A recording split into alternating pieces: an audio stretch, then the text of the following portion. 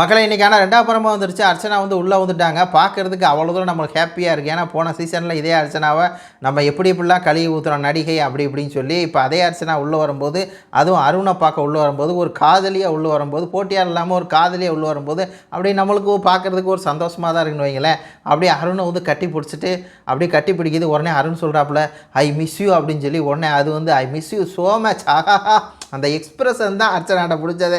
அப்படியே ஒரு எக்ஸ்பிரஷன் வந்து கொடுக்குது. அப்புறம் எல்லாம் வந்து உட்காந்துருக்காங்க. இதுதான் என்னுடைய ஹார்லி குயின், இவங்க தான் என்னுடைய ஹார்லி குயின் அப்படின்னு சொன்னோன்னே அப்படியே பார்க்கணும், அப்படியே ஐயோ அப்படிங்கிற மாதிரி இருக்குது. அப்புறம் தனியாக உட்காந்து 2 பேரும் பேசுகிறாங்க. இந்த வீட்டுக்குள்ளே உன்னோட இருப்பேன்னு சொல்லி நான் எதிர்பார்க்கவே இல்லை. அப்படியே எனக்கு வந்து அப்படி ஒரு பெருமையாக இருக்குது. நீ எப்படி இருப்பியோ அப்படியே இரு, அது வந்து நல்லா இருக்குது. நீ இப்படியே இரு, அது வந்து நல்லா இருக்குது.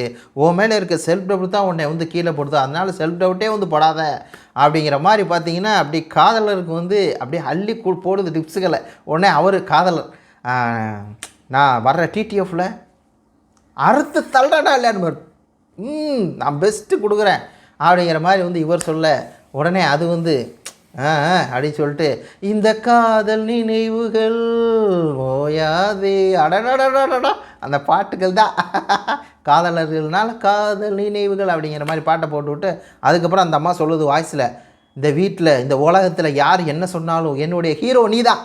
யார் வேணால் என்ன சொல்லிட்டு எப்படி வேணால் சொல்லிட்டு அருணை பற்றி, ஆனால் என்னுடைய ஹீரோயின் யார், சாரி ஹீரோ யார், அருண் தான் அப்படிங்க. உடனே அவங்க 2 பேரும் கையை பிடிச்சிக்கிட்டு அடடடடா பூத்தது பூவு சவாடிக்கிற மாதிரி தான் இருக்குது. சரி, முத்துக்குமரனை ஏதாவது சம்பவம் ஏதாவது செய்ய போகுது, ட்விட்டரில் போட்டுருந்த அர்ச்சனா உள்ளே வரப்போகுது, முத்துக்குமரன்களை 4 கேள்வி கேட்க போகுது அப்படின்னு சொல்லி எல்லாம் சொல்லிருக்கிறாங்க. அந்த விஜய் சேதுபதியும் கூட ஏதோ கேட்க போகுது அப்படிங்கிற மாதிரி சொல்லிருக்கிறாங்க. பார்க்கலாம், அது மாதிரி ஏதாவது லைவ் நடந்துச்சு அப்படின்னா என்ன சொல்கிறேன். அதே மாதிரி இப்போ விஷால் என்ன பண்ணுறான், சௌந்தர்யா கூட்டிகிட்டு வந்து தனியாக போய் மன்னிப்பு கேட்குறான். சவுண்டு ஒரு சம்பவம் பண்ணியிருக்கு, அது என்ன அப்படின்னு சொல்லி அடுத்து வந்து ஒரு வீடியோ பண்ணுறேன். உங்கள் கருத்துக்களை சொல்லுங்கள். நன்றி, வணக்கம்.